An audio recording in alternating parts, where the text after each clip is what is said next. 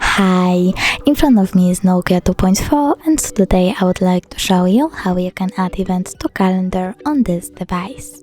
Firstly, open menu, then find calendar and tap on it.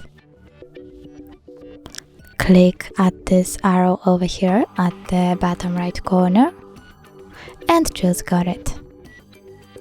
Now tap on the month above and select the date. When you're done, click at the bottom right corner on the plus icon and select Event. Now you can customize your event however you want to. For example, you can add a title, set up starting and ending hour, add people, location and many other things.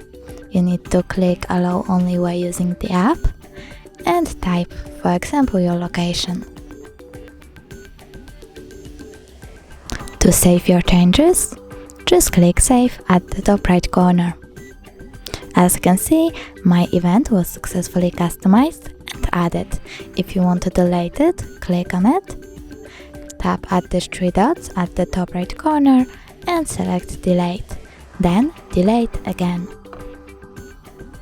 Thanks so much for watching. If you enjoyed this video, don't forget to leave a like, comment and subscribe.